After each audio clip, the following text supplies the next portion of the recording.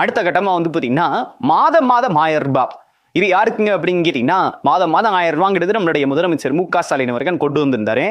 First புதுமை பெண்ணுன்னு கூட்டு வந்தாங்க. அப்புறம் தமிழ் புதுரன் எல்லா மாணவ மாணவியர் எல்லாருக்குமே கொடுத்தாங்க.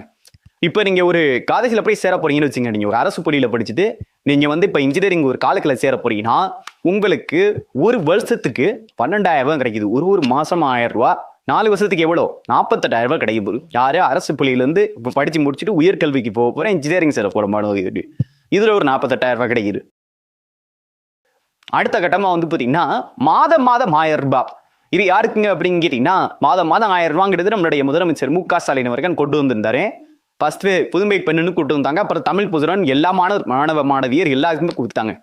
இப்போ நீங்க ஒரு காலேஜ்ல போய் சேர போறீங்கன்னு வச்சுங்க, நீங்க ஒரு அரசு பள்ளியில படிச்சுட்டு நீங்க வந்து இப்ப இன்ஜினியரிங் ஒரு காலேஜ்ல சேர போறீங்கன்னா உங்களுக்கு ஒரு வருஷத்துக்கு 12,000 ரூபாய் கிடைக்குது. ஒரு மாசம் 1000 ரூபாய்.